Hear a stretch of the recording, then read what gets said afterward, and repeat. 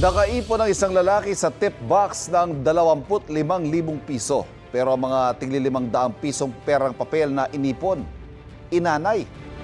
Pwede pa kaya yang maisalba at mapakinabangan? Ang sagot ng Bangko Sentral ng Pilipinas sa unang balita ni Mav Gonzalez.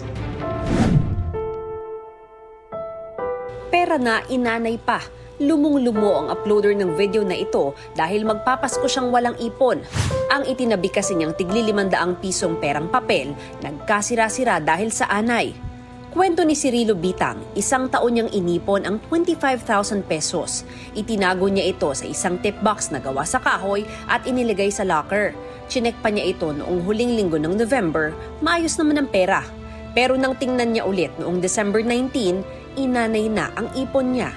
May anay rin daw pala kasi ang dibisyon ng kwarto kaya hindi na ito naagapan. Sa 25,000 pesos, isang pirasong 500 peso polymer bill lang ang natira sa kanya.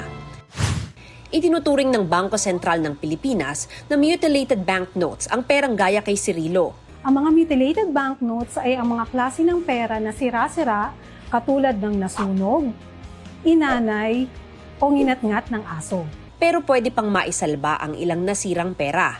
Ayon sa BSP, kailangan lang pasok ito sa 3 requirement na S: size, signature at security thread.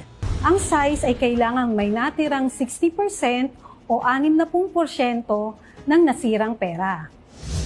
Pangalawa, signature. Ang signature ay kailangang may natirang alinmang portion o parte ng signature ng BSP Governor o ng President ng Pilipinas.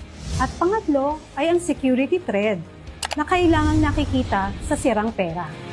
Pwedeng dalhin sa otorisadong bangko ang nasirang pera para masuri ng BSP. Kung pasado, makuha mo pa ang halaga ng pera mo.